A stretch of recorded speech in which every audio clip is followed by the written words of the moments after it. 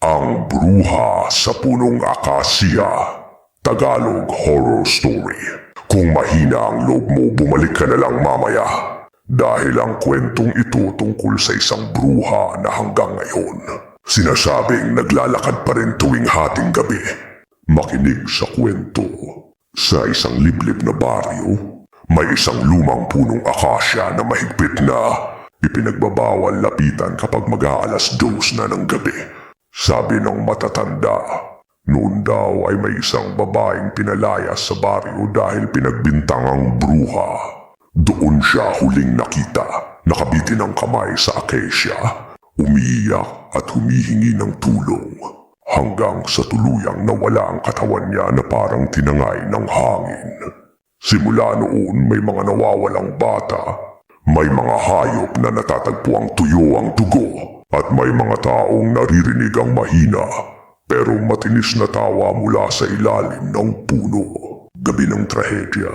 Isang araw may 3 kabataang hindi naniniwala sa kwento. Nais nilang patunayan na gawa-gawa lang ito. Kaya nagpunta sila sa Akasya bandang 11:45 PM. May dala silang flashlight, camera at lakas ng loob. Pero pagdating nila, may napansin silang puting duster na nakasabit sa isang sanga. Parang bagong laba, hindi marumi. Guys, kanina wala yan, di ba? Tanong ni Leia. Hindi pa sila nakakasagot nang biglang umihip ang malamig na hangin. At kasabay nito ay narinig nila ang isang mahina pero gumagapang na boses.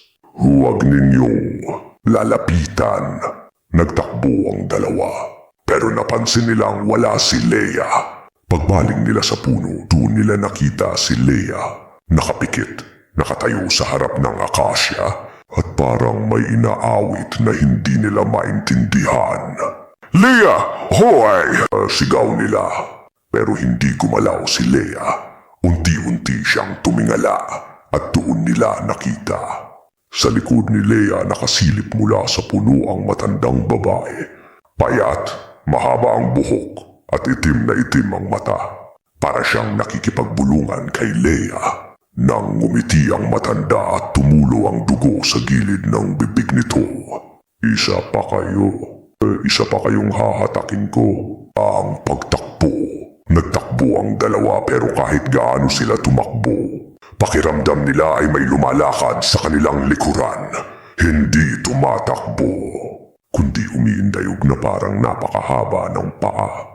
Pagdating nila sa baryo, tumakbo sila sa barangay hall at humingi ng tulong. Pero pagbalik nila sa puno, wala na si Leia at ang duster na nakasabit sa sanga. Ngayon ay may sariwang dugo.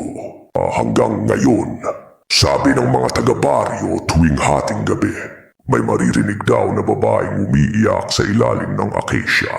Minsan naman ay may makikita kang puting duster na umiindayog kahit walang hangin. At kung minsan, may matinis na tinig na sasagot sa'yo kapag binanggit mo ang pangalan ni Leia. Nandito ako.